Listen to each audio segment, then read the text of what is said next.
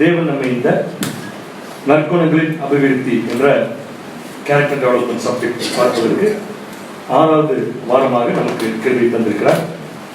So இந்த வாரம் நம்ம தொடர்ச்சியாக பார்த்துட்டு வர கேரக்டர் டெவலப்மெண்ட்டுடைய அடுத்த கட்டத்திற்கு நாம் இப்பொழுது செல்வதனால பின்னாடி அமர்ந்திருக்கும் சார் முன்னாடி வரக்கூடியாக அப்புறம் கேட்டுக்கொள்ளப்படுகிறது. வாங்க வாங்க முன்னாடி வர. ஓகே, ஸோ எத்தனாவது வாரம் இது? 6வது வாரம். என்ன படிச்சுட்டு இருக்கோம்? கேரக்டர் எப்படி போச்சு, கேரக்டர் எப்படி வரப்போகுது. கேரக்டர் எப்படி போச்சுன்னா, தேவனுடைய ஆவி மனுஷனுக்கு இருந்து போனோடனே கேரக்டர் போயிடுச்சு. அந்த ஆவி மனுஷனுக்கு வரும்போது திருப்பி அந்த கேரக்டர்ஸ் பூரா வரணும், கேரக்டர்ஸ் வரணும். அதுல முதன்மையான கேரக்டர் எதுன்னு சொல்லி பார்த்தீங்கன்னா அன்பு, இல்லைங்களா? ஸோ அன்பு அப்படிங்கிறது ஒருத்தர் காமிக்க முடியாது. அன்பு அப்படிங்கிற ஒரு விஷயத்த ஒருத்தர் தானா காண்பிக்க முடியாது. ஏன்னு கேட்டா அது ஒரு குவாலிட்டி, அது ஒரு தரம் அப்படின்னு பார்த்தோம். அந்த தரம் என்பது ஒவ்வொருத்தருக்குள்ள இருந்தும் உற்பத்தி செய்யப்பட வேண்டும், உற்பத்தி செய்யப்பட வேண்டும். எனக்குள்ள உற்பத்தியாகிற அன்பு உங்களுக்குள்ள உற்பத்தியாகிற அன்புக்கு ஈக்குவலா இருக்காது. ஆனா ஒவ்வொருத்தரும் தங்களுக்கு ஏற்படக்கூடிய சூழ்நிலைகள், தாங்கள் இருக்கக்கூடிய சம்பவங்களை பேஸ் பண்ணி அவங்க அந்த அன்பை ப்ரொடியூஸ் பண்ணி காமிக்கணும், உற்பத்தி பண்ணி காமிக்கணும். அப்ப எந்த அளவுக்கு சூழ்நிலைகள் நமக்கு அதிகமா பாதிக்குதோ அந்த சமயத்துல அன்பை நம்ம எடுத்து காமிச்சோம்னா நம்முடைய அன்பு வளரும். அதுக்கு பேர் தான் கேரக்டர் டெவலப்மெண்ட் படிச்சோம். முதன்மையான கேரக்டரா இருக்கிற அன்பை மறுபடியும் ஒரு தடவை நம்ம ரீகால் பண்ணிக்கலாம். ஸோ அன்பு முதல்ல எப்படி இருக்கும்? ஃபர்ஸ்ட் பாயிண்ட் பார்க்காமல் சொல்ல வேண்டும். முதல் பாயிண்ட் நீடிய சார்ந்தம் உள்ளது. அப்படின்னு என்ன அர்த்தம்? எவ்வளவு சீக்கிரம் கோவப்படுறேன், எவ்வளவு சீக்கிரம் காயப்படுறேன் அப்படிங்கறத பொறுத்து என்னுடைய அன்பின் தன்மை. ஒருத்தர் கோவமே படுறதில்லை, என்ன பண்ணாலும் சரி கோவமே படுறதில்லைன்னு என்ன புரிஞ்சுக்கலாம்? அவர்கிட்ட பர்ஃபெக்டான அந்த அன்பு இருக்கு அப்படிங்கறது புரிஞ்சுக்கலாம். எவ்வளவோ காயங்கள் வரக்கூடிய சூழ்நிலை ஒருத்தர் காயப்படாம இருக்காருன்னு என்ன புரிஞ்சுக்கலாம்? அவர்கிட்டையும் அன்பு இருக்கு. அப்ப கோவப்படும் சூழ்நிலையும் காயப்படும் சூழ்நிலையும் வரும்போது யார் கோவப்படாமலும் காயப்படாமல் இருக்காங்களோ அவங்க கிட்ட இருந்து ப்ரொடியூஸ் ஆகிறது தான் அந்த அன்பு. அந்த அன்பு தான் நமக்கு இப்ப தேவை அப்படின்னு சொல்லி நம்ம படிச்சுட்டு இருக்கோம். அடுத்த அன்பு தயவுள்ளது. சோ தயவுள்ளது என்ன அர்த்தம்? யாரோ ஒருத்தர் கஷ்டப்படுற போய் காசு கொடுத்து ஹெல்ப் பண்றது, அப்படியா? சோ அன்பு தயவுள்ளது என்ன அர்த்தம்னா, நம்ம மன்னிக்கிற பக்குவம், நம்முடைய மன்னிக்கிற பக்குவம் எந்த அளவுக்கு இருக்கணும்னா, நம்மளை வெறுக்கிற ஒருத்தர் கூட நாம அவங்களை மன்னிக்கிறத பார்த்து அவங்க திருந்தணும். அதை பொறுத்து நம்முடைய அன்பின் தன்மை அமைகிறது அப்படின்னு சொல்லி பார்க்கலாம். சோ இந்த தயவு இரக்கம் அப்படிங்கிற விஷயம் எத்தனை விஷயத்துல இருக்கணும்? நம்முடைய வார்த்தைகள், நம்முடைய பார்வை, நம்முடைய செயல். இது மூணுக்குமே விளக்கம் நம்ம ஏற்கனவே பார்த்துட்டோம். அடுத்து 3வது பாயிண்ட் அன்பு. அன்புக்கு டேஷ் இல்லை, பொறாமை இல்லை. சோ பொறாமை எப்ப வர்றதுக்கு வாய்ப்பு இருக்கோ அப்பெல்லாம் பொறாமை வராம நம்ம பார்த்துக்கிட்டோம்னா அன்பு நமக்குள்ள ப்ரொடியூஸ் ஆகும் அப்படின்னு பார்த்தோம். அதுக்கு 3 பாயிண்ட் பார்த்தோம். முதல் விஷயம் பாத்தீங்கன்னா, நம்முடைய சகோதரன் அல்லது நம்முடைய சகோதரிகள் செய்யும் ஊழியம் தேவனால் நம்மை காட்டிலும் அதிகமாக அவர் போய் கோச்சிக்க முடியாது. ஏன் தேவனே என்னை விட்டுட்டு அவர் அங்கீகரிக்கணும்னு சொல்லி கோச்சிக்கவே முடியாது. அந்த மாதிரி அங்கீகரிக்கும் போது நம்ம என்ன பண்ணிக்கலாம்? அன்பு ப்ரொடியூஸ் பண்ணிக்கலாம். நம்மளால கோச்சிக்க முடியாது தேவனை. ஆனா தேவன் அப்படி செய்யும் போது நம்ம என்ன புரிஞ்சுக்கலாம்னா, நம்முடைய அன்பு டெவலப் ஆகிறதுக்காக தேவன் கொடுக்குற சான்ஸ் அப்படிங்கிறத புரிஞ்சுக்கலாம். இது பாயிண்ட் நம்பர் 1. 2வது பாயிண்ட், நாம் ஒரு வேலை செய்து கொண்டிருக்கும் போது அது நம்ம கூட சேர்ந்து வேலை செய்யறதுக்கு ஒரு உடன் சகோதரரை ஏற்படுத்தும் போது அந்த சகோதரர் செய்யக்கூடிய வேலையை குறை கூடாமல், காயப்படாமல், கோபப்படாமல் அந்த சகோதரனுடைய வளர்ச்சிக்கு கையோட கை கொடுத்து உதவி அவங்க முன்னேற்றம் தான் அன்புன்னு பார்த்தோம். அதே மாதிரி மற்றவர்கள் வளர்ச்சி அடைவதை கண்டு, கிறிஸ்துவுக்குள் வளர்ச்சி அடைவதை கண்டு நாம குறை கூறக்கூடாது, காயப்படக்கூடாது, கோபப்படாம அவங்க வளர்ச்சிக்கு பாடுபடுவது. அடுத்து நெக்ஸ்ட் அன்பு. அன்பு மறக்கும் எல்லாற்றையும், அன்பு தன்னை புகழாது. அப்படின்னா கரெக்டான விளக்கம் என்ன? தம்மட்டம் அடிக்காது. இது ஆக்சுவலா டிக்ஷனரி வார்த்தை தான், தம்மட்டம் அடிக்காது. அப்படின்னு என்ன அர்த்தம்னா, ஒரு சகோதரன் ஒரு சகோதரி தேவனுக்காக ஊழியம் செய்யற வாய்ப்பு கிடைக்கும் போது அந்த வேலையை அவங்க எப்படி பார்க்கணும்னா, மற்றவருடைய பார்வைக்கு அந்த ஊழியத்தை செய்யக்கூடாது, மற்றவங்க அப்ரிஷியேட் பண்ணணும் அப்படிங்கிறதுக்காக அந்த வேலையை செய்யக்கூடாது. அதே சமயம் தன்னைத்தானே என்ன பண்ணிக்கூடாது? புகழ்ந்துக்கும் கூடாது. மற்றவங்க யாராவது புகழ்ந்துட்டா அதை எப்படி அவாய்ட் பண்றது, அதை எப்படி நம்ம மேற்கொள்றது அப்படின்னு சொல்லி நினைக்கக்கூடிய கேரக்டர் தான் அன்பை ப்ரொடியூஸ் பண்ணும். அப்படிங்கிறதால அன்பு தன்னை புகழாது. அடுத்த பாயிண்ட், ஒரு நிமிஷம் சகோதரர் சொல்லுங்க. அடுத்த பாயிண்ட் இல்ல, அடுத்த பாயிண்ட் அன்பு இருமாப்பாய் இராது. அதுக்கு எத்தனை பாயிண்ட் பார்த்தோம்? கிளிக் பண்ணிடுவேன்னு நினைச்சீங்க. 3 பாயிண்ட் சரியான பாயிண்ட். சோ என்ன பார்த்தோம்? எல்லாமே எனக்கு தான் தெரியுங்கிற எண்ணம், நான் இல்லாம ஒண்ணுமே செய்ய முடியாதுங்கிற எண்ணம், எல்லாவற்றிலும் தவறு கண்டுபிடிக்கும் எண்ணம். சோ இந்த 3ம் ஒருத்தருக்கு இருந்துச்சுன்னா கண்டிப்பா அவர்கிட்ட என்ன இருக்காது. இந்த 3 ஒருத்தர் இருந்துச்சுன்னா அவர் எப்படி இருப்பாரு? இருந்துச்சுன்னா எப்படி இருப்பாரு? இருந்துச்சுன்னா இருமாப்பா இருப்பாரு. எப்படி இருப்பாரு? இருமாப்பா இருப்பார். அடுத்து அன்பு டேஷ் செய்யாது, அயோக்கியமானதை செய்யாது. அதுக்கு 3 வார்த்தைகள் நம்ம ஆங்கிலத்தில் தமிழ் மீனிங் பார்த்தோம். ஒண்ணு பாத்தீங்கன்னா முரட்டுத்தனம், 2வது தகாத செயல், 3வது திமிர் பிடித்த வார்த்தைகள், திமிர் பிடித்த செயல் எல்லாமே சொல்லலாம். இதுக்கு நம்ம உதாரணத்தோட பைபிள்ல இருந்து கேரக்டர்ஸ் நம்ம பார்த்திருக்கோம். அடுத்தது அன்பு தற்பொழிவை நாடாது, செல்ஃப் சீக்கிங் அப்படின்னு சொன்னோம். அதாவது மற்றவருடைய தற்பொழிவை நாடாது என்ன அர்த்தம்னா, தனக்கு ஒரு புகழ்ச்சி வரும்போது அந்த புகழ்ச்சி மற்றவர்களுக்காக யூஸ் பண்றது. அதான் தற்பொழிவை நாடாது. மற்றவர்கள் நலனுக்காக நம்முடைய சொந்த உரிமைகளை விட்டுக் கொடுப்பது. எக்ஸாம்பிள் ஆபிரகாம் சொல்லலாம். அப்புறம் யோனத்தான், தாவீது தான் நம்ம பார்த்தோம். மற்றவருடைய நலனுக்காக தன் சொந்த உரிமைகளை விட்டுக் கொடுப்பது. 2வது பாயிண்ட், தன்னுடைய நல்ல பெயரை மற்றவங்களுக்காக உபயோகப்படுத்தும். தான் சம்பாதித்த நல்ல பெயரை மற்றவர்களுக்காக உபயோகப்படுத்துறது ரியல் லவ். யார் பார்த்தோம்? அப்போஸ்தலனாகிய பவுலை பார்த்தோம். சோ கடைசியா போன வாரம் என்ன பாயிண்ட் பார்த்தோம்? அன்பு சினமடையாது. அப்ப சினம், கோபம் அப்படிங்கிறது வந்து நல்ல கேரக்டரா கெட்ட கேரக்டர் கேட்டோம். ஆனா பைபிள் இருந்து ஒரே கேரக்டருக்கு நல்ல கோபம் வந்திருக்கு, கெட்ட கோபம். அதை எப்படி நம்ம பிரிச்சோம்? நீதியான கோபம், அநீதியான கோபம். நீதியான கோபம்னா என்ன? நீதியான கோபம். நீதியான கோபமா? நீதியான கோபம்னா முடிவு எப்படி இருக்குன்னா தேவனுக்கு கீழ்ப்படியதா இருக்கும். அதான் நீதியான முடிவு. ஆனா அநீதியான கோபம் எப்படி கொண்டு முடிச்சது பாத்தீங்கன்னா, அது அநீதியான முடிவு தேவனுக்கு சுத்தமா கீழ்ப்படியாத ஒரு கேரக்டருக்குள்ள கொண்டு போய் நம்மளை விற்றும். அடுத்தது அன்பு என்ன நினைக்காது. அதுக்கு ஆங்கிலத்தில் கொடுத்த வார்த்தை தான் மறக்க முடியாத வார்த்தை. என்ன வார்த்தைன்னா, it keeps no record of wrongs. அதாவது நம்முடைய இருதயத்துக்குள்ள நம்ம ஸ்டோர் பண்ணி வச்சிருக்கிற டேட்டா பேஸ்ல எல்லார பத்தின இன்ஃபர்மேஷனும் உள்ள இருக்கு. எல்லார பத்தின இன்ஃபர்மேஷனும் உள்ள இருக்கு. யாரையாவது பத்தி கெட்ட இன்ஃபர்மேஷன் நம்ம கூட இருந்துச்சுன்னா நம்ம கிட்ட என்ன இல்லைன்னு அர்த்தம்? அன்பு இல்லைன்னு சொல்லி அர்த்தம். அதுக்கு உதாரணம் பார்த்தோம். மற்றவர்களை, நமக்கு தீமை செய்தவர்கள், நமக்கு தீமை செய்ய நினைக்கிறவங்க, நமக்கு தீமை செஞ்சவங்கள ராங் ரெக்கார்டு இருதயத்தில் இல்லைன்னா நம்ம எப்படி நடத்துவோம்? அதாவது ராங் ரெக்கார்டு நம்ம இருதயத்தில் இல்லைன்னா நமக்கு ஒருத்தர் தீமையை செஞ்சா கூட அவங்க எப்படி நடத்துவோம்? மரியாதை நடத்துவோம். அதுக்கு உதாரணம் பார்த்தோம். அடுத்தது அந்த பகையை எங்க வச்சிருக்க மாட்டோம். பகையை மனசுக்குள்ள வச்சிருக்கிறதுனால என்ன டெவலப் ஆகும்? தீமை. சிம்பிளா முடிச்சிட்டீங்க இன்னைக்கு சப்ஜெக்ட் ஏற்ற மாதிரி. என்ன டெவலப் ஆகுனா தேவனுக்கு பிடிக்காத அநீதியான கோபம் டெவலப் ஆகும்.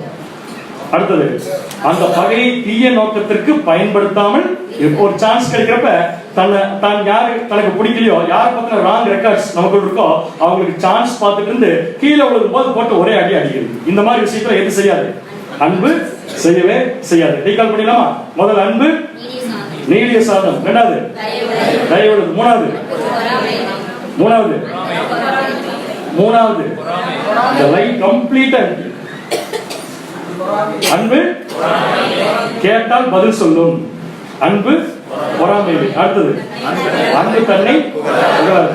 அன்பு இராது. அயோக்கியமானதை செய்யாது. சினமடையாது. தீங்கு நினையாது. அடுத்த பாயிண்ட், அநியாயத்தில் சந்தோஷப்படாமல் சத்தியத்தில் சந்தோஷம். So let us come to homework session. நிறைய பேர் வந்து இந்த வசனத்தை போன வாரம் சொன்னதை மையமா வச்சு நிறைய கருத்துக்களை வந்து ஷேர் பண்ணியிருந்தாங்க. ஆனா என்னன்னா நிறைய பேர் வந்து மீட்டிங் வரப்ப ஷேர் பண்றதுனால அது வந்து ப்ரிப்பேர் பண்றதுக்கு கஷ்டமா போயிடும். முன்கூட்டியே முடிச்சவங்க தெரிஞ்சவங்க நீங்க ப்ரிப்பேர் பண்ணி அதை அனுப்பிச்சு விடுங்க. ஏதோ ஒரு வகையில வாட்ஸ்அப்ல வேற இல்லையா நீங்க அனுப்பிச்சு விட்டீங்கன்னா அதை கூட நம்ம ப்ரிப்பேர் பண்ணலாம். மோஸ்ட்லி இந்த வாரம் நிறைய பேர் கருத்துக்களை கொடுத்துருக்காங்க.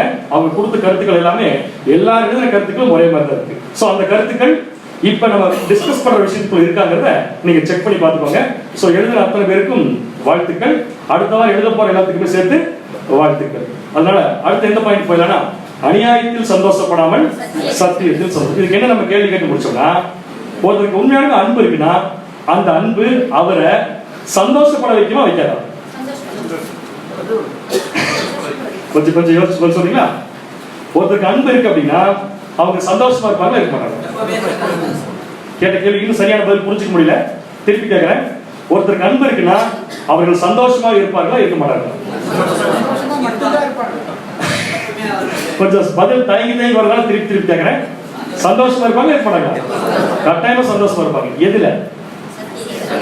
சத்தியத்துல சந்தோஷமா இருப்பாங்க. அநியாயத்துல எப்படி இருப்பாங்க? சந்தோஷப்படுவாங்க. இதுதான் சரியான பதில். ஒருத்தருக்கு அன்பு இருக்குன்னா அந்த அன்புடைய பவர் என்ன சொல்லி பாத்தீங்கன்னா, அநியாயத்தில் சந்தோஷப்படாமல் எதுல சந்தோஷப்படும்? சத்தியத்தில் சந்தோஷப்படும். இந்த அநியாயங்கிற வார்த்தை தான் இந்த இடத்துல என்ன பொருள் கொடுக்குதுன்னு படிக்கணும். ஏற்கனவே அநியாயத்தை பத்தி படிச்சிருக்கோம், இன்ஜஸ்டிஸ் அப்படின்னு படிச்சிருக்கோம். இந்த இடத்துல அன்பு இருக்கிறவங்க சந்தோஷப்படாத அந்த அநியாயம் எது, சந்தோஷப்படும் அந்த சத்தியம் எதுங்கிறத படிக்கிறதுக்கு கொஞ்சம் இங்கிலீஷ்ல போய் பார்த்தா என்ன வார்த்தை கொடுத்துருக்காங்கன்னா, love does not delight in evil. delight-னா இருக்கிறதுல உச்சகட்ட சந்தோஷம். delight-ங்கிறது வந்து உச்சகட்ட சந்தோஷம். love does not delight in evil. so evilங்கிறது சிம்பிளான வார்த்தை. அநியாயங்கிற தமிழ் வார்த்தைக்கு ஆங்கிலத்துல ஒரு மொழிபெயர்ப்புல என்ன கொடுத்திருக்காங்கன்னா ஈவல் கொடுத்தாங்க. சோ ஈவல் அப்படிங்கிறதுக்கு என்ன பொருள் எடுத்துக்கலாம்? தீமை சொல்லி எடுத்துக்கலாம். அப்ப அன்பு எப்பவுமே எதுல சந்தோஷப்படாது? தீமையில சந்தோஷப்படாது. But rejoices with the truth. ட்ரூத்னா என்ன? சத்தியம்னா என்ன?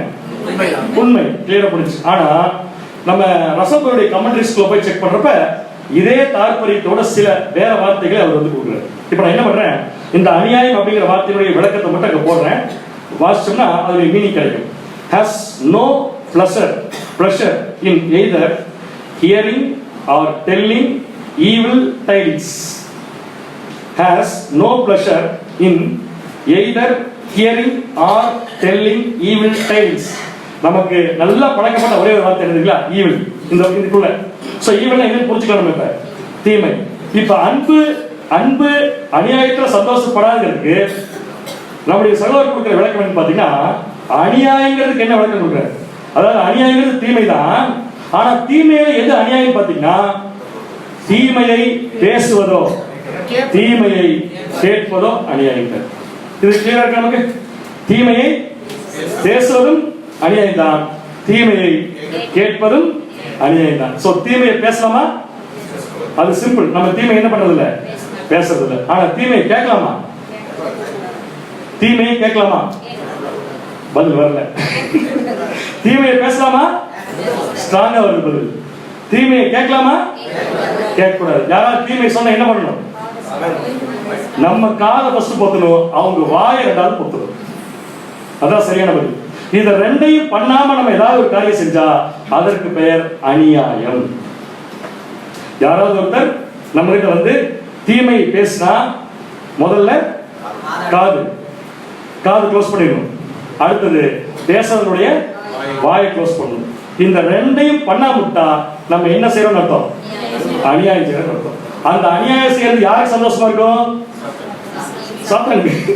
வசனத்தின்படி சொல்லுங்க. அநியாயம் பண்றது யாருக்கு சந்தோஷமா இருக்கும்? அன்பு இல்லாதவங்களுக்கு தவறை பத்தி பேசுவதும் தவறை கேட்பதும் எப்படி இருக்கும்? முகத்தை பார்த்து தெரிஞ்சு. தவறை பேசுவதும் தவறை கேட்பதும் நமக்கு சந்தோஷமா இருக்கா? அநியாயமா இருக்கு. ஆக்சுவலா அப்படி சந்தோஷமா இருந்துச்சுன்னா நம்ம கிட்ட என்ன இல்ல? அன்பு இல்ல. அதுதான் தமிழ்ல கீழே விளக்கிறதுக்கு எழுதியிருக்கேன். தீமையை கேட்பதிலோ அல்லது தீமையை செய்வதிலோ அன்பு சந்தோஷப்படாது. சரி, வேற எதுல சந்தோஷப்படுது? சத்தியத்துல சந்தோஷப்படுறதுன்னா என்ன? உண்மை பேசுவதில் சந்தோஷப்படுறது. நல்லா இருக்கு கேட்கறதுக்கு, ரைட் வேர்டிங்ஸ். பட் சரியான விளக்கம் என்ன கேட்டீங்கன்னா, அந்த அர்த்தத்தில் அப்போஸ்தலன் பவுல் இங்க எழுதல, அதுல இன்னும் கொஞ்சம் கூடுதல் அர்த்தம் கொடுக்கிறார். என்னன்னு கேட்டீங்கன்னா, சத்தியத்தின் மூலம் வரும் கனிகளில் சந்தோஷப்படும். சத்தியத்தை படிக்கிறதுனால வரக்கூடிய கனிகள்னா ரிசல்ட். அந்த ரிசல்ட்ல சந்தோஷப்படுறதா அன்பு. யாராவது ஒருத்தர் தீமையை பத்தி பேசும்போதோ அல்லது யாராவது ஒருத்தர் தீமையை பத்தி கேட்கும் போதோ நம்ம அதை என்கரேஜ் பண்ணி சந்தோஷப்பட்டா நம்ம கிட்ட கண்டிப்பா என்ன இல்லைன்னு பைபிள் சொல்லிடுச்சு? அன்பு இல்ல.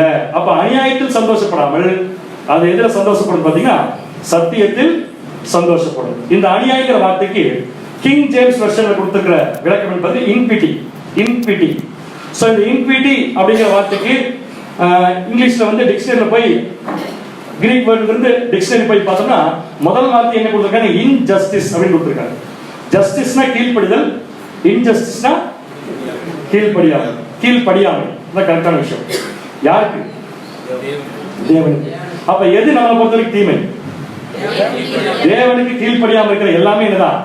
தீமைதான். தேவன் வேண்டாம்னு சொல்ற எல்லாமே நமக்கு என்னதான்? தீமைதான். தேவன் அருவருக்கிற எல்லாமே நமக்கு என்னதான்? ஆனா தேவன் அருவருக்கிறதையும் தேவன் வேண்டாம் சொல்றதையும் நம்ம கேட்டாலே அதுக்கு பேர் என்னதான்? அநியாயம். நம்ம பேசுனா அதுக்கு பேர் கண்டிப்பா என்னதான்? அநியாயம் தான். எத்தனை பேருக்கு அநியாயம் பேசுவதை கேட்கும் போது, தீமையை பேசுவதை கேட்கும் போது சந்தோஷமாக இருக்கிறதோ? இப்பவே நம்ம முடிவு பண்ணிக்கலாம், நம்முடைய கேரக்டர் நிறைய என்னங்க டெவலப் ஆகும். ஒருத்தர் கேட்கறதுக்கு இருக்கிறதுனால ஒருத்தர் வந்து பேசுறாரு. எல்லாரும் மீட்டிங் முடிச்சு போனதுக்கு அப்புறம் நம்மள தனியா இந்த ரூம்க்கு விட்டு பூட்டிட்டு போயாச்சு ஒரு வாரத்துக்கு. ஒரு வாரம் இந்த ரூம் நம்ம தனியா இருக்கிறோம். சாப்பாடு வந்துடும் நேர நேரத்துக்கு, கவலைப்படாதீங்க. தீமையை பத்தி பேசுவோம். ஏன்? அப்ப தீமை ஏன் பேசுறோம்? எல்லாரும் இருக்காங்க. அன்பு எங்க ப்ரொடியூஸ் ஆகும்? ப்ரொடியூஸ் ஆகும் அன்பு கட்டாயம் ப்ரொடியூஸ் ஆகும். அப்ப அன்பு ப்ரொடியூஸ் ஆகணும்னா யாராவது தீமையை பேசினா முதல்ல எதை க்ளோஸ் பண்ணும்? யாருக்காக? நமக்காக. ரெண்டாவது எதை க்ளோஸ் பண்ணும்? யார் வாய? என் வாய. பேசுறவருடைய வாய். சரியான பதில் தான். அநியாயத்தில் சந்தோஷப்படாமல் சத்தியத்தில் சந்தோஷப்படும். அதாவது தீமையை கேட்பதிலோ செய்வதிலோ சந்தோஷப்படாம சத்தியத்தின் மூலம் வரும் கனிகளில் சந்தோஷப்படும். இப்ப நான் என்ன எக்ஸாம்பிள் எடுத்திருக்கேன் பைபிள் இருந்தா, தீமையை தேடி தேடி என்ஜாய் பண்ணுவாங்க. தீமையை தேடி தேடி சந்தோஷப்படுறவங்க, அதான் என்ஜாய் பண்ணுவாங்கன்னு சொல்லிட்டேன். ஏன்னா இங்கிலீஷ்ல அந்த வார்த்தை கொடுத்துருக்காங்க, டிலைட் அப்படின்னு கொடுத்துருக்காங்க. டிலைட்னா சாட்டிஸ்பாக்சனுக்கு மேல. சாட்டிஸ்பாக்சன்னா திருப்தி. சாட்டிஸ்பாக்சனுக்கு மேலனா அதுக்கு மேல ஒண்ணுமே இல்லை. அந்த மாதிரி சந்தோஷப்படுவாங்களாமா தீமை கேட்டா. பேர் ஆனந்தம், பேரானந்தம். அப்ப யார் யாருக்கெல்லாம் தீமையை பத்தி கேட்கிறப்ப பேரானந்தம் வருதோ அவங்க கிட்ட அன்பு இல்ல. அந்த மாதிரி தீமையை பத்தி பேரானந்தமா உட்கார்ந்து என்ஜாய் பண்ணிட்டு போய் அன்பு இல்லாம பிஹேவ் பண்ண சில பேரை பைபிள் இருந்து இப்ப நான் போட்டிருக்கேன். நீங்க ஏதாவது எக்ஸாம்பிள் தெரிஞ்ச சொல்லுங்க. சீமேயிவா, பிலேயாம். பிலேயாம் நீங்க இந்த எக்ஸாம்பிள் யூஸ் பண்ணலையே. இஸ்ரேல் ஜனங்கள், இஸ்ரேல் ஜனங்கள் அநியாயம் பண்ணாங்களா? பண்ணாங்க. நான் எடுத்த ஒரு எக்ஸாம்பிள் எதுக்கு நான் போட்டுறேன். என்னாகமம் 16ஆம் அதிகாரம் 3ஆம் வசனம்.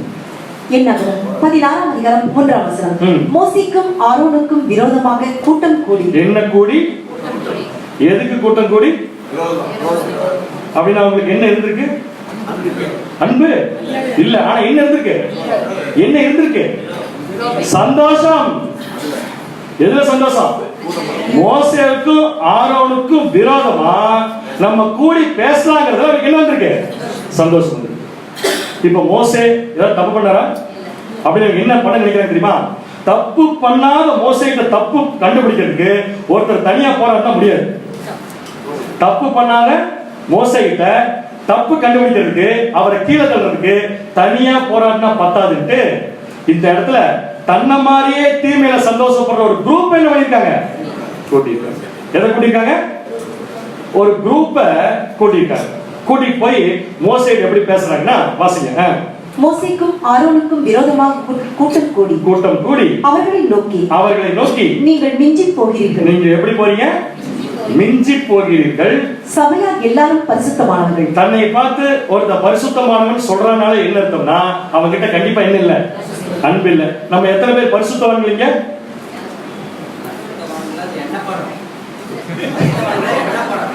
கரெக்ட். எத்தனை பேர் பரிசுத்தவான்கள்? நம்ம சொல்லி போய் நம்மளே பரிசுத்தவான்கள். அப்ப யார் ஒருவனுக்கு தன்னை பரிசுத்தவான் சொல்றது என்ன வரும்? என்னை மாதிரி பர்ஃபெக்ட் யாரும் கிடையாது. என்ன யாருக்கு வரும்னா அநியாயத்தில் சந்தோஷப்படுகிற எல்லாருக்கும் அந்த கேரக்டர் தான் வரும். அதான் இந்த இடத்துல நாங்கள் எல்லாரும் சபையார் எல்லாரும் பரிசுத்தவான்கள். கர்த்தர் அவர்கள் நடுவில் இருக்கிறார். கர்த்தர் அவர்கள் நடுவில் இருக்கிறாரே. இப்படி இருக்க கர்த்தருடைய சபைக்கு மேலாக உங்களை ஏன் உயர்த்துகிறீர்கள் என்றார். இப்ப இந்த குரூப்புக்கு என்ன இல்ல? அன்பு இல்ல. ஆனா என்ன இருக்கு? என்ன இருக்கு? சந்தோஷம் இருக்கு. எதுல சந்தோஷம்? அப்ப பாருங்க, அநியாயம் செய்யறது எப்ப சந்தோஷம் வரும்னா, யாராவது ஒருத்தர் கீழே தள்ள முடிவு பண்ணியாச்சுன்னா கண்டிப்பா எதுல சந்தோஷம் வந்துடும்.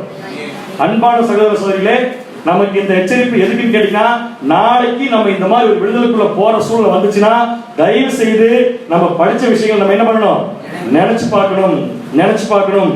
அப்ப மோசே மேல சந்தேகப்படுறாங்கன்னா அவங்க யார சந்தேகப்படுறாங்கன்னு அர்த்தம்?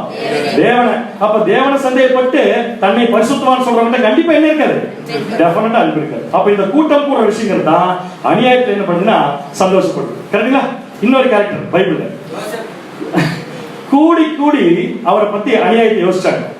அந்த அநியாயத்தை அவருக்கு விரோதமா யோசிக்கிறதுல அவங்களுக்கு ஒரு தனிப்பட்ட சந்தோஷம். பரிசேயர் பழைய ஏற்பாட்டு காலத்துல தானியேல் சொல்லி பார்க்கலாம். தானியேல் கிட்ட ஏதாவது ஒரு குற்றத்தை இப்ப நம்மளால கண்டுபிடிக்க முடியுமா? இப்பவே முடியாதுன்னா அப்ப கண்டிப்பா முடியாது. இப்ப பாருங்க, ஒரு கூட்டம் கூடுது. வாசிக்கலாம் பாருங்க, தானியேல் 6ஆம் அதிகாரம் 4ஆம் வசனம். தானியேல் 6ஆம் அதிகாரம் 4ஆம் வசனம். அப்பொழுது பிரதானிகளும் தேசாதிபதிகளும் ராஜ்யத்தின் விசாரிப்பிலே தானியேலை குற்றப்படுத்தும்படி முகாந்திரம் தேடினார்கள். என்ன தேடினார்கள்? இப்ப தானியேல் கெட்டவர்ன்ட்டு இவங்க கூட்டம் போடுறாங்களா? கேட்கிற கேள்வி எல்லாம் புரிஞ்சுக்கோங்க. தானியேல் கெட்டவர் சொல்லி கூட்டம் போடுறாங்களா, அல்லது தானியேல் கிட்ட குற்றம் கண்டுபிடிக்க கூட்டம் போடுறாங்க? அப்படின்னு அவங்களுக்கு என்ன இருக்கு? சந்தோஷம். எதுல சந்தோஷம்? அநியாயம். வாசிங்க. ஆனாலும் ஒரு முகாந்திரத்தையும் குற்றத்தையும் கண்டுபிடிக்க அவர்களால் கூடாதிருந்தது. குற்றுவாங்களா? ஒண்ணுமே கண்டுபிடிக்க முடியல. குற்றுவாங்களா? விட்டா அவங்களுக்கு என்ன வந்துடும்? என்ன போயிடும்? சந்தோஷம் போயிடும். இப்ப அந்த சந்தோஷம் வரணும்னா என்ன பண்ணியாங்க? எப்படியாவது ஒரு குற்றத்தை கண்டுபிடிச்சாங்க. ஒருத்தர்கிட்ட குற்றம் கண்டுபிடிக்கணும்னா அவரை தொடர்ந்து கவனிக்கணும். அவரை நம்மளை கவனிக்கிறத விட அவரை பயங்கரமா கவனிக்கணும். எதுக்கு? அவர்கிட்ட என்ன கண்டுபிடிக்கிறப்ப குற்றங்கள் பாருங்க, கரெக்டா பண்ணிருக்காங்க. எப்படி தானியேல் கவனிச்சத விட இவங்க தான் அதிகமா கவனிச்சிருக்காங்க. தானியேல் எத்தனை வேலை சாப்பிடுறாரு, தானியேல் எத்தனை வேலை ஜெபம் பண்றாரு, தானியேல் எங்க படிப்பு, எல்லாமே லிஸ்ட் இருக்குது. எப்படி? சந்தோஷம். எதுக்கு சந்தோஷம்? அவரை எப்படியாவது கேட்கணும். இதெல்லாம் உருப்படுமா? இதுகிட்ட அன்பு இருக்குமா? கட்டாயமே கிடையாது. வாசிங்க. அவன் உண்மையுள்ளவனாய் இருந்தபடியால் அவன் மேல் சுமத்த யாதொரு குற்றமும் குறைவும் போயிட்டாங்க வீட்டுக்கு. நம்மளால முடியாத சொல்லி போயிட்டாங்களா? போவாங்களா? போக மாட்டாங்க. What is the next stage? வாசிங்க 5ஆம் வசனம். 5ஆம் வசனம். அப்பொழுது அந்த மனுஷர், நாம் இந்த தானியேலை அவருடைய தேவனை பற்றிய வேத விஷயத்தில் குற்றப்படுத்தும் முகாந்திரத்தை கண்டுபிடித்தால் ஒழிய அப்ப என்ன அர்த்தம்? ஏதாவது ஒரு விஷயத்தை அவங்க என்ன பண்ணி அனுப்ப கண்டுபிடிச்சா எதுக்கு? சந்தோஷமா இருக்கு. என்ன சந்தோஷம்? அடுத்து நெக்ஸ்ட். அவனை வேறொன்றிலும் குற்றப்படுத்தும் முகாந்திரத்தை கண்டுபிடிக்க கூடாது என்றார்கள். பின்பு அந்த பிரதானிகளும் தேசாதிபதிகளும் கூட்டம் கூடி என்ன கூடி? எப்ப கூட்டம் கூடுதுன்னு தெரியுதா? நமக்கு எப்ப கூட்டம் கூடுதுன்னு தெரியுதா? ஒருத்தர் தப்பு பண்ணிட்டாரு, அவருடைய தப்பை நம்ம எல்லாரும் போய் டிஸ்கஸ் பண்ணா நீங்க கூட்டம் கூடல. ஒருத்தர் தப்பே பண்ணல, அவங்க எப்படி தப்பு கண்டுபிடிச்சாங்க ஒரு கூட்டம். ஆனா சக்சஸ் எவ்வளவு பர்சன்ட்? 100% சக்சஸ். அப்புறம் அது கடைசியில் முட்டை, அது மார்க், அது கடைசியில தெரியும். அது சிங்கம் வந்து சொல்லி கொடுக்குது இது முட்டை. வாசிங்க. ராஜாவினிடத்தில் போய் அவனை நோக்கி, தரியு ராஜா எல்லாம் மாட்டினார் ராஜா தன் கைவசத்துக்கு. தரியு ராஜாவை நோக்கி, ராஜாவே நீர் வாழ்க வாழ்க. அப்ப ராஜா வாழ்க, தானியேல் அநியாயம் இல்ல, அக்கிரமமா இல்லது. இதுக்கு பேர் அநியாயத்துல என்ன பண்றாங்க? இப்ப சந்தோஷம். அப்ப இவங்க ஒருத்தனை கெடுக்கிறதுக்காக ராஜாவை என்ன சொல்லி கூப்பிடுறாங்க? வாழ்க. அடுத்து நெக்ஸ்ட் 7ஆம் வசனம். எவனாகிலும் 30 நாள் வரையில் ராஜாவாகி உம்மை தவிர எந்த தேவனையானாலும் மனுஷனையானாலும் நோக்கி யாதொரு காரியத்தை குறித்து விண்ணப்பம் பண்ண, யாராவது உங்களை தவிர இந்த உலகத்துக்குள்ள எதையாவது வணங்கினா அவன் சிங்கங்களின் கெபியில் போடப்பட ராஜா கட்டளை பிறப்பித்து உறுதியான தாக்கீது செய்ய வேண்டும் என்று ராஜ்யத்தினுடைய எல்லா பிரதானிகளும் தேசாதிபதிகளும் பிரபுக்களும் மந்திரிமார்களும் தலைவர்களும் ஆலோசனை பண்ணி கொண்டிருக்கிறார்கள். என்ன பண்ணி கொண்டிருக்கிறார்கள்? ஆலோசனை பண்றாங்க. கிட்டத்தட்ட எத்தனை பேர் இருந்திருக்காங்க? அங்க லிஸ்ட் வந்துருச்சு. ராஜ்யத்தின் எல்லா பிரதானிகள், தேசாதிபதிகள், பிரபுக்கள், மந்திரிமார்கள், தலைவர்கள். இப்ப இவங்க பேசுறது, ராஜா கிட்ட பேசுறது உண்மையா பொய்யா? எப்படி சொல்றீங்க? கரெக்டா கவனிங்க. இது உண்மையா பொய்யா? நான் சொல்ற பொய்.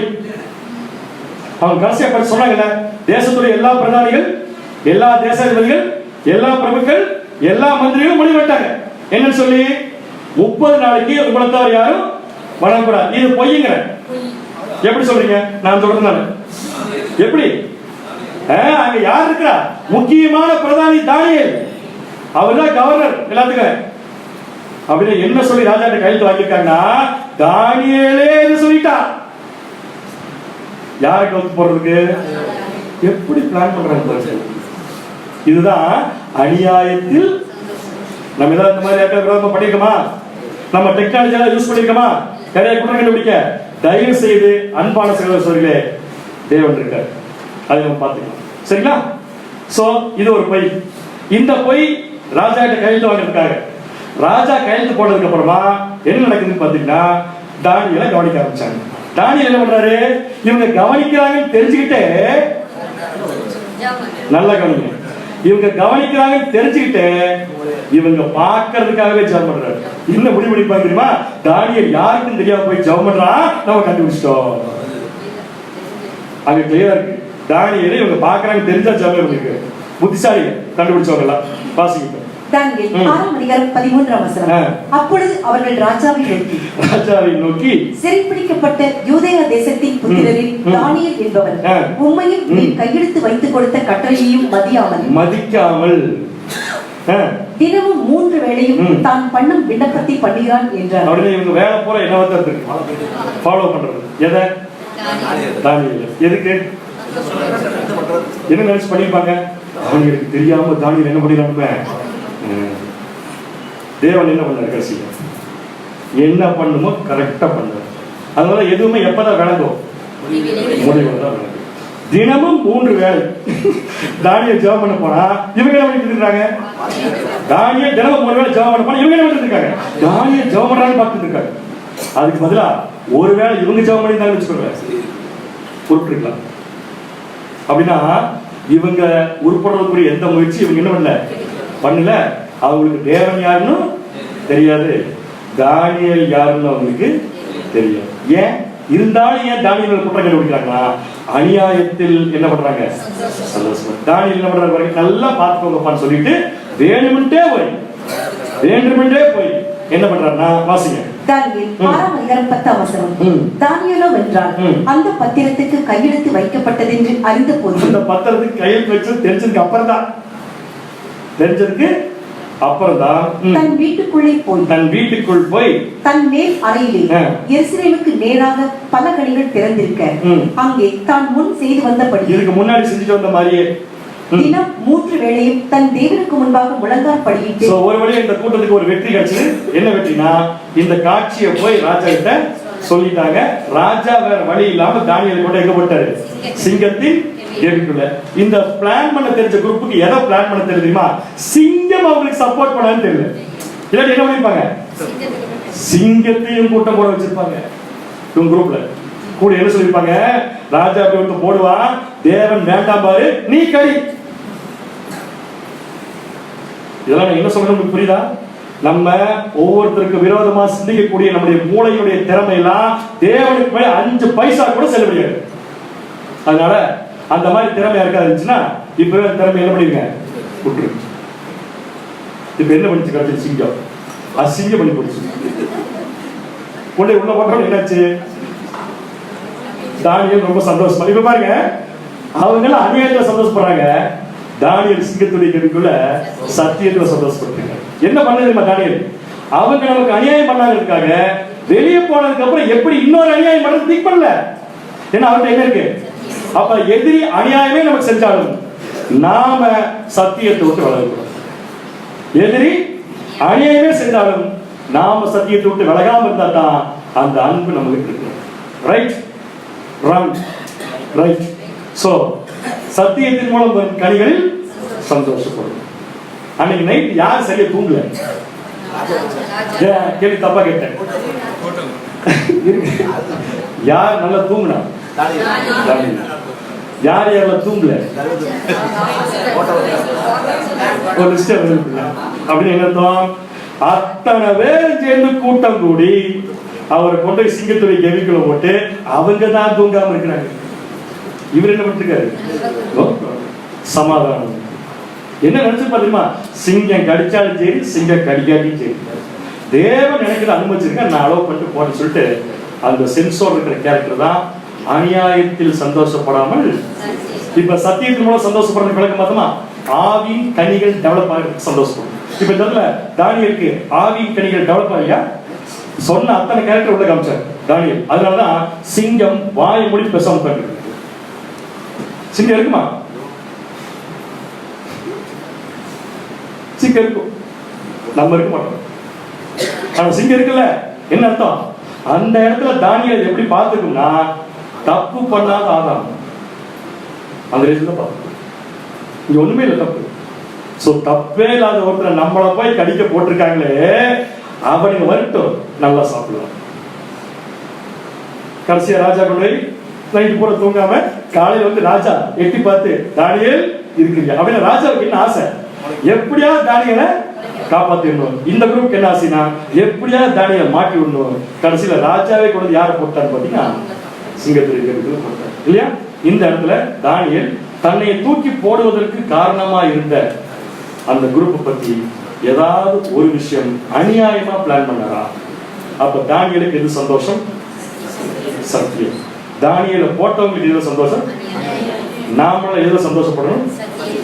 எப்ப மற்றவங்க நமக்கு அநியாயம் செய்யும் போது நாம் சத்தியத்தில் சந்தோஷப்பட்டார் என்ன பிறக்கும்? ஆவின் கனிகள் பிறக்கும், அதில் முதன்மையானது. ரைட். சோ நமக்கு யாராவது அநியாயம் செய்வாங்கன்னு பார்த்துட்டு கட்டாயமா செஞ்சுட்டு கூட இருக்கலாம், வாய்ப்பு இருக்கு. ஆனா அவங்களுக்கு விரோதம் ஒரு காரியத்தை கூட நம்ம என்னைக்குமே செய்யக்கூடாது. அது ஆபீஸா இருந்தாலும் சரி, எங்க இருந்தாலும் சரி, அப்படித்தான். ரைட். இதே மாதிரி நல்ல கூட்டம் இருக்கு. இது வந்து தப்பான கூட்டம். நல்ல கூட்டமெல்லாம் கூடியிருக்கு. அது நல்ல கூட்டம் எதை கன்ஃபார்ம் பண்ணலாம், அது ஒரு கூட்டம் தான்.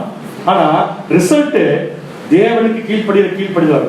எப்பப்ப புதிய ஏற்பாட்டு காலத்துல அப்படியே வந்தோம்னா அங்க ஒரு பிரச்சனை வருது. என்ன பிரச்சனைனா, புறஜாதிகளும் விருத்த சேதனம் பண்ணும் அப்படி ஒரு பிரச்சனை வருது. அப்ப உடனே என்ன பண்றாங்க அப்போஸ்தலர்கள்?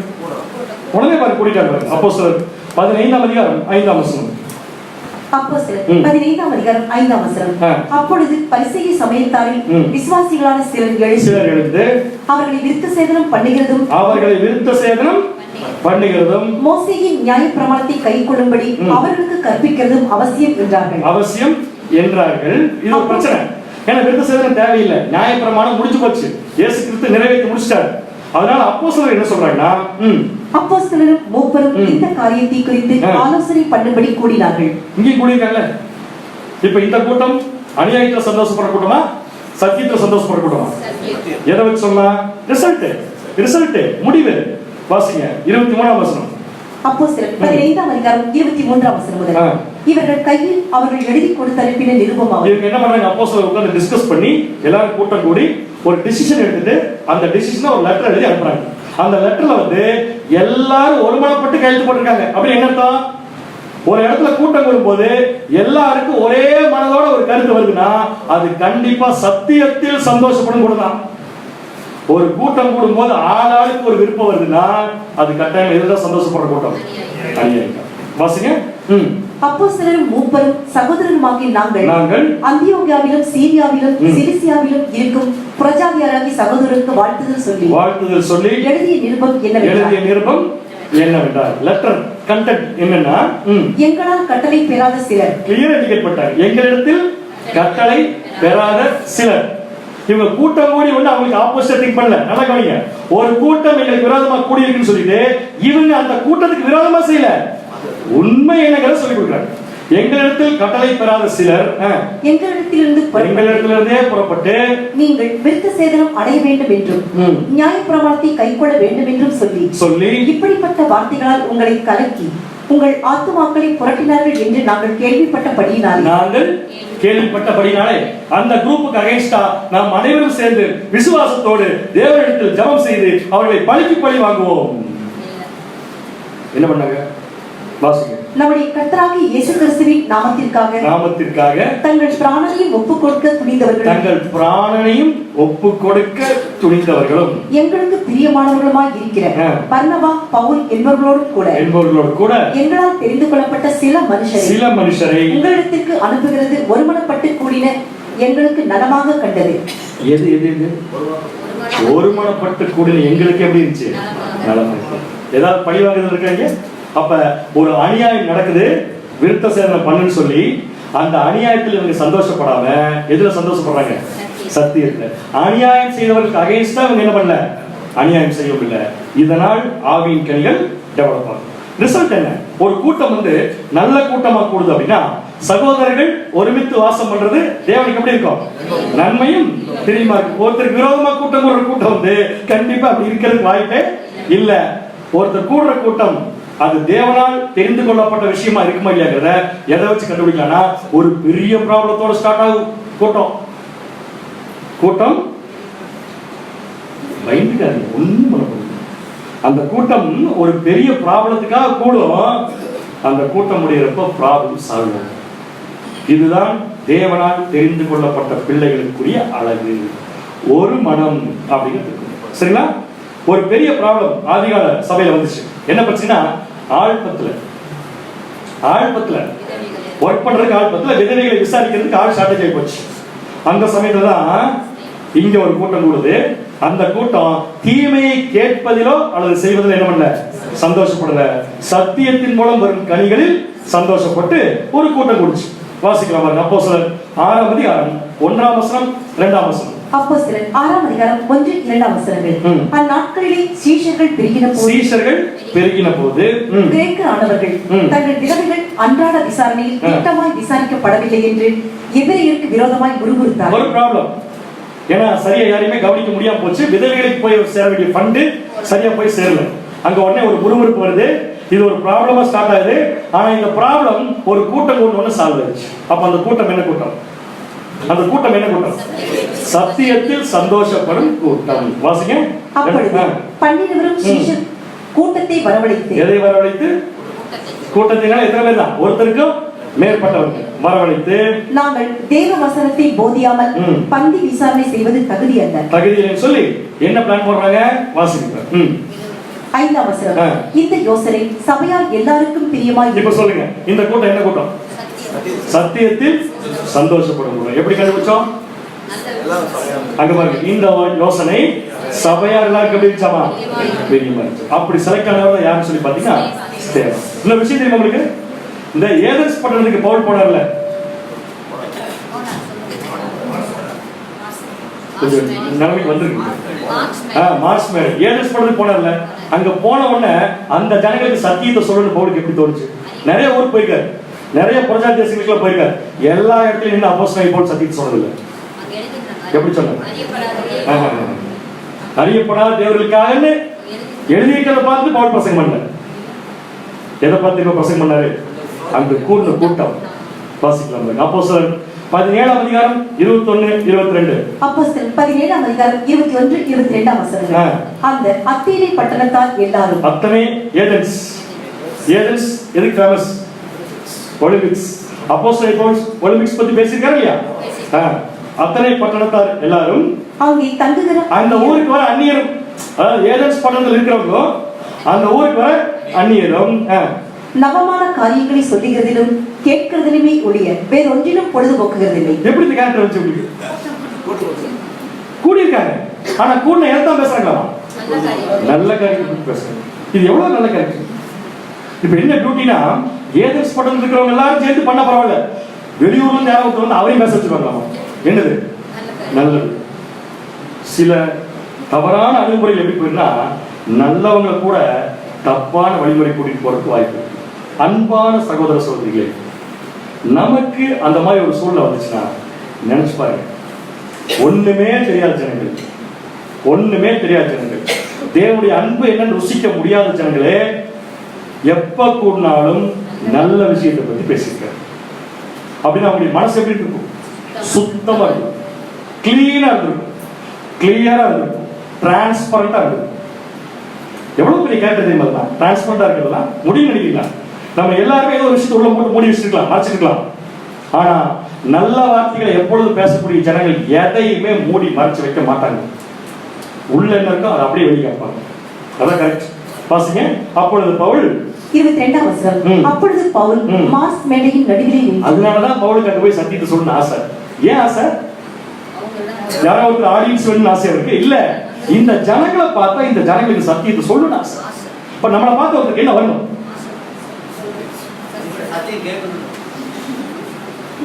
தவறா எது கேட்கல. நம்மளை பார்த்தா ஒருத்தருக்கு என்ன வரணும்? இவர் வாயை திறந்து ஏதாவது சத்தியத்தை பேசுவாரா? அடுத்தது அடுத்தது இவர் பேசுறத கேட்கறதுக்கு எனக்கு கொடுத்து வச்சிருக்கணும். ஏதாவது தேவன் சகோதரன் மூலமா உணர்த்து வரா, எனக்கு ஏதாவது சகோதரி மூலமா எனக்கு உணர்த்து வரா. யாராவது ஒரு சகோதரர் பார்க்கறப்ப இவருடைய நல்ல கேரக்டரை நம்ம யூஸ் பண்ணிக்கணும். யாருக்கு? தேவனுக்காக சொல்லி நம்ம பார்க்கக்கூடிய நல்ல கேரக்டர்ஸ் எல்லாம் கண்ணு முன்னாடி தெரியறப்ப அவங்ககிட்ட போய் சத்தியத்தை சொல்லணுங்கிற ஆர்வம் நமக்கு வரும். கரெக்ட். அந்த ஆர்வம் பவுலுக்கு இருந்தனால்தான் அந்த பட்டணத்துக்கு தேவன் யாரும் தெரிஞ்சிருக்கு. சரிங்களா? ஸோ நல்ல கேரக்டர் என்னைக்குமே கேட்டு போகுது. நல்ல கேரக்டர் என்னைக்குமே சத்தியத்தை விட்டு கொடுக்காது. நல்ல கேரக்டர் என்னைக்குமே அயோக்கியமானதில் சந்தோஷப்படாது, அநியாயத்தில் சந்தோஷப்படாது. எதில் சந்தோஷப்படும்? ஸோ நீங்களாம் என்ன விரும்புறீங்க? நமக்கு அதிகமா அநியாயம் நடக்குன்னு விரும்புறீங்களா, அல்லது நமக்கெல்லாம் சமாதானமான சூழ்நிலை வேணும் எதிர்பார்க்கிறீங்களா? கேள்வி திருப்பி கேட்கிறேன். நமக்கு நிறைய அநியாயம் நடக்கும்னு நம்ம விரும்புறோமா, அல்லது எப்பொழுதும் சமாதானமா இருக்குன்னு விரும்புறோமா? ஏன்? அப்பதான் அன்பு ப்ரொடியூசர். சோ நமக்கு என்ன சூழ்நிலை வேணும்? சோ யாராவது அநியாயம் செய்யுங்க அப்படி நினைச்சு பாருங்க. அநியாயம் செஞ்சா கூட அவளை படிச்சிருவோம். அது தானா, அதான் சொல்றேன், அன்புங்கிறது ப்ரொடியூஸ் ஆக என்ன தானா வரணும். ஆனா அதுக்கு நிறைய கலவைகள் இருக்கு, அதெல்லாம் நம்ம எரிசித்து கூட இருக்கணுங்கிறதா முக்கியமானது. சரிங்களா? சோ நெக்ஸ்ட் பாயிண்ட் போலாமா? இப்படி ஒருத்தர்கிட்ட அன்பு இருந்துச்சுன்னா எப்படி? இப்படி அவ்வளவுதான். இப்படி எல்லாம் ஒரு சகோதரிக்கோ சகோதரிக்கோ அன்பு இருந்துச்சுன்னா அந்த அன்பை யாராலையும் உடைக்க முடியாது. எவ்வளவு ஸ்ட்ராங்கா இருக்கும் அந்த அன்பு. இந்த மைக் இருக்குல்ல, எவ்வளவு ஸ்ட்ராங் இது? எடுத்து கீழே பண்ணி உடச்சிருக்கு. ஆனா இப்ப நிக்குது. இந்த லேப்டாப் எடுத்து கீழே போட்டீங்கன்னா உடஞ்சிடும். ஒருவே ஒரு குழந்தை கீழே போட்டா உடையாது, ஏன்னா குழந்தைய அவ்வளவுதான் ஃபோர்ஸ் இருக்கும். ஆனா ஒரு பெரியவங்க வந்து கீழே போட்டா லேப்டாப் என்ன ஆயிடும்? உடஞ்சிடும். ஏன்னா அது அவ்வளவுதான் ஸ்ட்ராங். நம்முடைய அன்பு எவ்வளவு ஸ்ட்ராங்? எல்லை இல்லைங்கிறது பதில்தான் அடுத்த வருஷம் வாசனம். அன்பு 1 கொரிந்தியர் 13ஆம் அதிகாரம் 7ஆம் வசனம். 1 கொரிந்தியர் 13ஆம் அதிகாரம் 7ஆம் வசனம். சகலத்தையும் தாங்கும், சகலத்தையும்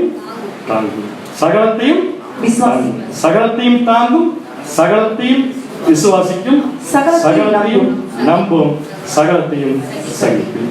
இந்த 4 ஒண்ணா வேற வேறையா? அடுத்த வாரம் பார்க்கலாம். 4 ஒண்ணா வேற வேறையா?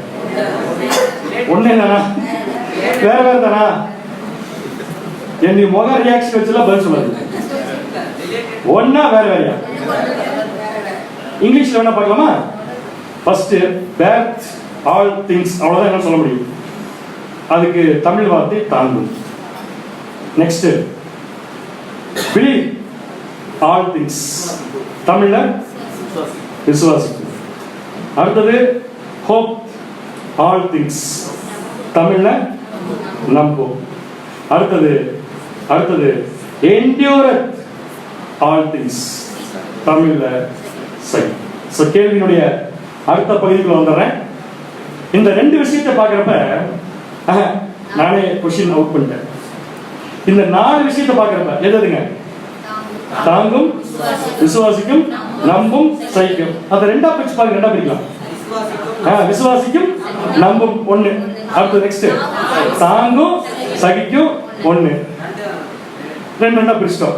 எதுக்கு பிரிச்சோம்? எதுக்கு பிரிச்சோம்? ரெண்டு பார்க்கறதுக்கு எப்படி இருக்கு?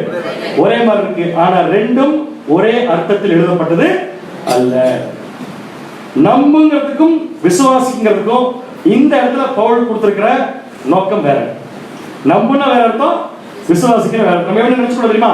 நம்பதோடைய அடுத்த ஸ்டேஜ் தான் விசுவாசம் எடுத்துக்க வேண்டிய அவசியம் இல்ல. அதே மாதிரி தாங்கும் அப்படிங்கிற அடுத்த ஸ்டேஜ் தான் சகிக்கும் அப்படின்னு எடுத்துக்க வேண்டிய அவசியம் இல்ல. இந்த 4மே வேற வேற நோக்கத்துல கொடுக்கக்கூடாது. என்ன நோக்கத்துல? நம்முடைய அன்பை எடுத்து அடிச்சா எப்பேற்பட்ட பொருளை உடைச்சிடும். ஆனா நம்முடைய அன்பை எந்த விஷயமும் உடைக்க முடியாது. எதுலாம் உடைக்க முடியாது? நம்முடைய விசுவாசத்துக்கு ஒரு குறைச்சல் வந்தா, நம்முடைய அன்பு ஸ்ட்ராங்கா இருந்தா கட்டாயமா விசுவாசம் வளர்த்து நிற்கும். பிகாஸ் அன்பு ஸ்ட்ராங். அதே மாதிரி நம்முடைய ஒரு சோதனை வந்து நம்ம வந்து ரொம்ப கஷ்டப்படக்கூடிய சூழ்நிலை போய் நம்ம சகிக்க முடியாம நிக்கிறப்ப, சகிக்க முடியாம விட்டோம்னா நம்ம அன்பை விட்டோம்னு அர்த்தம். ஆனா எப்பேற்பட்ட சூழ்நிலை சகிச்சா நம்ம கிட்ட என்ன இருக்குன்னு அர்த்தம்? அன்பு இல்ல, எதாலையும் உடைக்க முடியாத அன்பு இருக்குன்னு அர்த்தம். எதாலையும் உடைக்க முடியாத அன்பா, அது என்ன டெஃபினிஷன்? அதுக்கு ஒண்ணு, அது அது அது ஃபர்ஸ்ட் பாயிண்ட். அன்புக்கு அன்பு அன்பு நீடியஸ் அன்பு, அது தயவுள்ளது, அது பொறாமை, அதுக்கு அப்படியே போறீங்க பாத்தீங்களா? தன்னைத்தான் புகழாது, அடுத்தது இருமாப்பாய் இராது, அடுத்தது அயோக்கியமானதை செய்யாது, தற்பொழுவை நாடாது, சினமடையாது, தீங்கு கிடையாது, அநியாயத்தில் சந்தோஷப்படாமல் சத்தியத்துல சந்தோஷப்படுற அன்பு நம்ம இருந்துச்சுன்னா யாரும் நம்முடைய எந்த கேரக்டரையும் உடைக்க முடியாது. ரைட்? சோ முதல்ல நம்ம கிட்ட அந்த மாதிரி அன்பு இருந்துச்சுன்னா, நான் சொல்றேன் ஸ்ட்ராங் லவ், அது இருந்துச்சுன்னா அது சகலத்தையும் என்ன பண்ணுமாமா? தாங்கும். என்ன தாங்கும்? சகலத்தையும். ஒரு 100 கிலோ வெயிட்ட கொடுத்தா அவர் தாங்குவார் இல்ல? என்ன தாங்குவார்? அன்பு ஸ்ட்ராங்கா இருக்கிற ஒருத்தர் என்ன தாங்குவார்? ரொம்ப ஜெனரலா பதில் கொடுக்குறீங்க. சொல்லிட்டாரு, தனக்கு விரோதமா வரக்கூடிய எல்லாத்தையும் தாங்குவார். கரெக்ட்? நான் தப்பு சொல்ல, புரிஞ்சுக்கிற மாதிரி, புரிந்து கொள்ற மாதிரி. அன்பு சகலத்தையும் தாங்குங்கிறதுக்கு என்ன அர்த்தம் பாத்தீங்கன்னா, நாம நினைக்கிற மாதிரி நாம் தாங்கக்கூடிய விஷயங்கள் அல்ல, நம்முடைய சுயத்துக்காக நாம் தாங்கக்கூடிய விஷயங்கள் அல்ல. சுயத்துக்காக தாங்கிறதுக்கு எத்தனையோ பேர் இருக்காங்க. 24 மணி நேரம் ஒரு கம்பெனியில் வேலை பார்க்கறது இருக்கிறாங்க இல்லையா? ராங் எக்ஸாம்பிள் சொல்றேன். 24 ஹவர்ஸும் தூங்காம வேலை செய்யறவங்க இருக்காங்க இல்லையா? அப்ப அவங்க கிட்ட அன்பு இருக்குன்னு சொல்ல முடியுமா? ஒரு நாள் முழுக்க கோபப்படாதவங்க இருக்காங்களா இல்லையா? எக்ஸாம்பிள், நாங்கள் சொல்லக்கூடாது, நான் சொல்லணும். பிரதர் விவரமா புரிஞ்சுக்கிட்டார் கேள்விய. ஒரு நாள் பூரா கோபப்படாதவங்க இருக்காங்களா இல்லையா? எதுக்கு விவகாரமா போய் மாற்றதுக்கு இருக்காங்க. அப்படி இருக்காங்கிறதுக்காக அவங்க கிட்ட இந்த அன்பு இருக்குன்னு சொல்ல முடியுமா?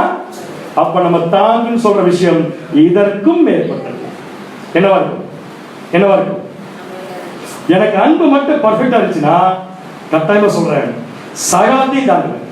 அந்த சகலம் என்ன, எதை தாங்கிறதுன்னு கேட்டீங்கன்னா, ஒரு அருமையான வசனத்தை அப்போஸ்தலன் பவுல் எழுதியிருக்கார். நாம் தாங்க வேண்டியது இதைத்தான், இதைத்தான் தாங்கணும். வாசிக்கலாம். கலாத்தியர் 6ஆம் அதிகாரம் 2ஆம் வசனம். கலாத்தியர் 6ஆம் அதிகாரம் 2ஆம் வசனம். ஒருவர் பாரத்தை ஒருவர் சுமந்து, ஒருவர் பாரத்தை ஒருவர் சுமந்து, இப்படியே கிறிஸ்துவுடைய பிரமாணத்தை நிறைவேற்றுங்கள். கிறிஸ்துவுடைய பிரமாணத்துக்கு என்ன பேர்? இருங்க, நிறைய பேர் கவனிக்கல. எழுதுறதுக்கு ஏன் இவ்வளவு இன்ட்ரெஸ்ட்னா, அடுத்தது கேள்வி. பரவாயில்ல, தப்பில்லை, நல்லா கவனிங்க. வசந்த மறுபடி வாசிங்க. எதை தாங்கணும் நம்ம? ஒருவர் பாரத்தை ஒருவர் சுமந்து, ஒருவர் பாரத்தை ஒருவர் சுமந்து, இப்படியே கிறிஸ்துவுடைய பிரமாணத்தை நிறைவேற்று. கிறிஸ்துவின் பிரமாணத்துக்கு என்ன பேரு? அன்பு. அப்ப அன்பு இருக்கிற ஒருத்தர் என்ன பண்ணுவார்னா, எல்லாருடைய பாரத்தையும் தாங்குவார். எல்லாருன்னா யாரு? நம்ம வீட்டு பக்கத்து வீட்டுல இருக்காங்க, ஆபீஸ்ல கூட வேலை செய்யறாங்க. யார் யார்? உதாரணத்துக்கு யார்? உதாரணத்துக்கு யார் இருக்கலாம்? தினேஷ் பிரதர். சோ தினேஷ் பிரதருக்கு பாரம் இருக்குமா இருக்காதா? பாவம் இருக்குமா இருக்காதா? அந்த பாவம் தான் அவருக்கு என்ன இருக்கு? பாரம். வேணா எபிரேயர் 12:1 படிச்சு பாருங்க, கரெக்டா வருதான்னு பார்க்கலாம். எபிரேயர் 12:1 படிச்சு பாருங்க, கரெக்டா வருதான்னு பார்க்கலாம்.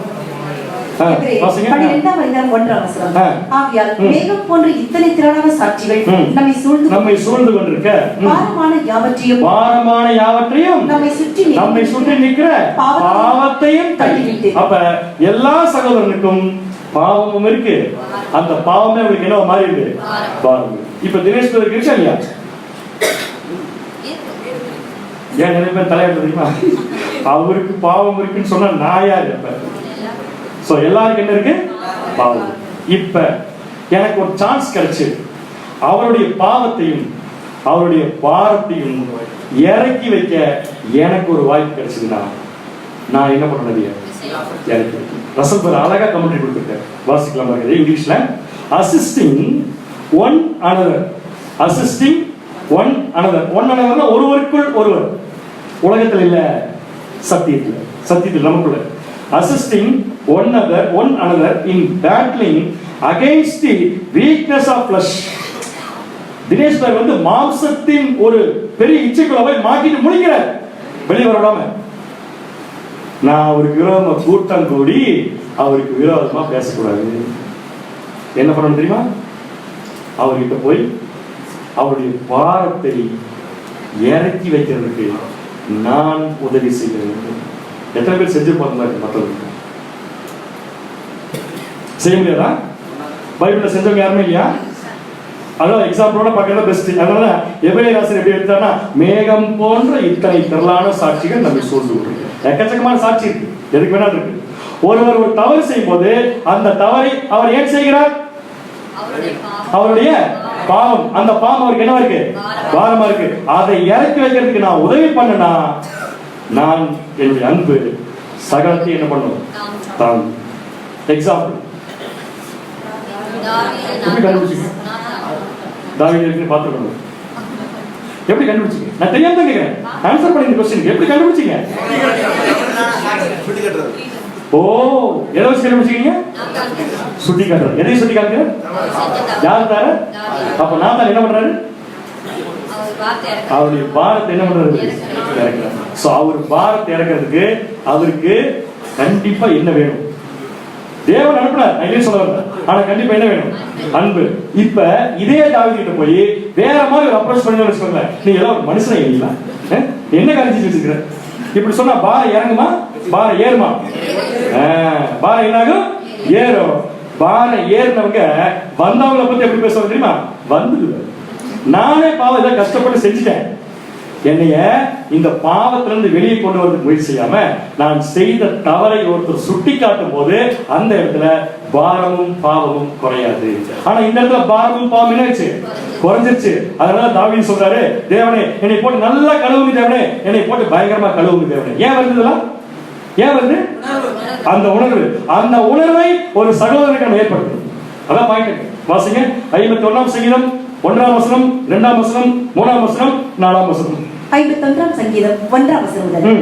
தேவனே உம்முடைய கிருபையின்படி எனக்கு இறங்கும். உம்முடைய கிருபையின்படி எனக்கு இறங்கும். பர்టిక్యులர் இந்த சங்கீதத்துல மேற்பகுதியில் என்ன போட்டுருக்குன்னா, பத்சேபாள் விஷயத்துல அவர் செய்த தவறை நாத்தான் போய் உணர்த்துறதுக்கு அப்புறம் தாவீது பாடின சங்கீதம். வாசிங்க. உமது மிகுந்த இரக்கங்களின்படி என் மீறுதல்கள் நீங்க என்னை சுத்திகரிங்கள். என் மீறுதல்கள் நீங்க என்னை என்ன பண்ணுங்க? சுத்திகரிங்கள். என் அக்கிரமம் நீங்க என்னை முற்றிலும் கழுவி. என்கிட்ட என்ன இருக்கு? ஃபுல்லா அக்கிரமம். அக்கிரமம் நீங்க என்ன பண்ணுவீங்க? கழுவிடுங்க. அப்புறம் என் பாவமர என்னை சுத்திகரியும். என் பாவமர என்னை சுத்தி. இப்ப என் பாவத்தை சுத்திகரி ஒன்று சொல்லிட்டாருனாலே அந்த பாவத்தை என்ன பண்ணிட்டாரு? இறக்கி. எத்தனை பேர் நம்மளாம் இந்த மாதிரி சகோதரனுக்காகவும் சகோதரிக்காகவும் பிரயாசப்பட்டிருக்கோம்.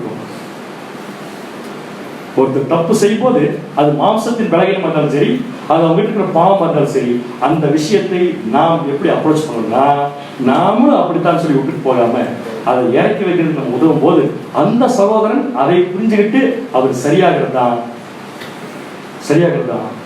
ஒருவர் பாரத்தை ஒருவர் சுமந்து. நெக்ஸ்ட் இப்படியே கிறிஸ்துவின் பிரமாணம் என்ன? அன்பு. முதல் பிரமாணத்தை யார் பண்ணி காமிச்சா? எப்படி பண்ணி காமிச்சாரு? நம்முடைய பாவத்துக்கு போற அவர் கழுவிட்டாரு. அதான் அன்பு. இப்ப நாம என்ன பண்ணணும்? அட்லீஸ்ட் நம்முடைய சகோதரனுடைய பாவத்துக்கு நம்ம ரத்தத்தை ஊற்றி கழுவ முடியாது, ஆனா சகோதரன் செய்யற பாவம் உணர்த்த வைக்க முடியாது. சகலத்தையும் நம்ம என்ன பண்ணிருக்கோம்? தாங்க. எல்லாத்தையும் தாங்கணும். எப்படி தாங்க தெரியுமா?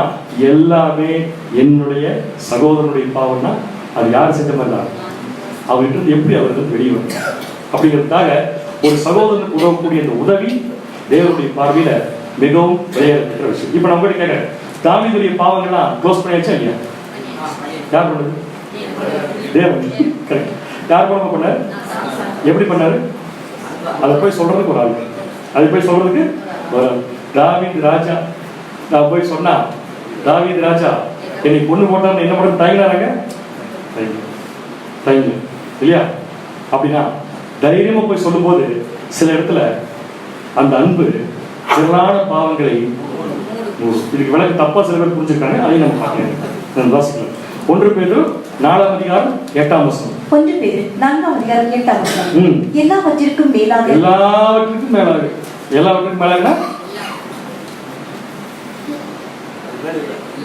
எல்லாவற்றுக்கும் மேலாக அடுத்தது ஒருவரை ஒருவர் ஊக்கமான அன்புள்ளவர்களாய் இருங்கள். எப்படி காண்கிறது? ஊக்கமான அன்பு. சாப்பிடும்போது அவருக்கு ஒரு வாய் ஊட்டி விடுறது இதுவா ஊக்கமுள்ள அன்பு இருக்குங்களா? நான் அன்பு காமிக்கிறது பார்த்து இன்னொருத்தர் போய் அன்பு காமிக்கணும். Encouraging love. அதாவது இந்த மாதிரி அன்பு காமிக்க முடியுங்களா அப்படிங்கிற மாதிரி சொல்லணும். அந்த அன்பு என்ன பண்ணும்னா என்ன பண்ண திரளான பாவங்களை மூடும். தப்பு பண்றவங்க அதிகமா யூஸ் பண்ற வார்த்தை. தப்பு பண்ணிட்டு நம்ம கிட்ட வந்து என்ன சொல்லுவாங்கன்னா நீ பாவத்துக்கு பூரா மறந்துரு, அன்பு திரளான பாவங்களை அந்த அர்த்தம் அல்லது. நாம் ஒரு சகோதரன் செய்யும் பாவத்தை உணர்த்தி அந்த பாவத்தை வந்து எடுத்து போட்டா நான் காண்பிக்கும் அன்பு அவருடைய பாவத்தை என்ன பண்ணும்? மூடும். அதான் அன்பு திரளான பாவங்களை மூடும். இப்ப சொல்லுங்க, நம்மளால சேலஞ்ச் பண்ணிக்கலாமா? என் உடன் இருக்கக்கூடிய சகோதரன் யாரும் பாவம் செய்வதற்கு நான் விடமாட்டேன்.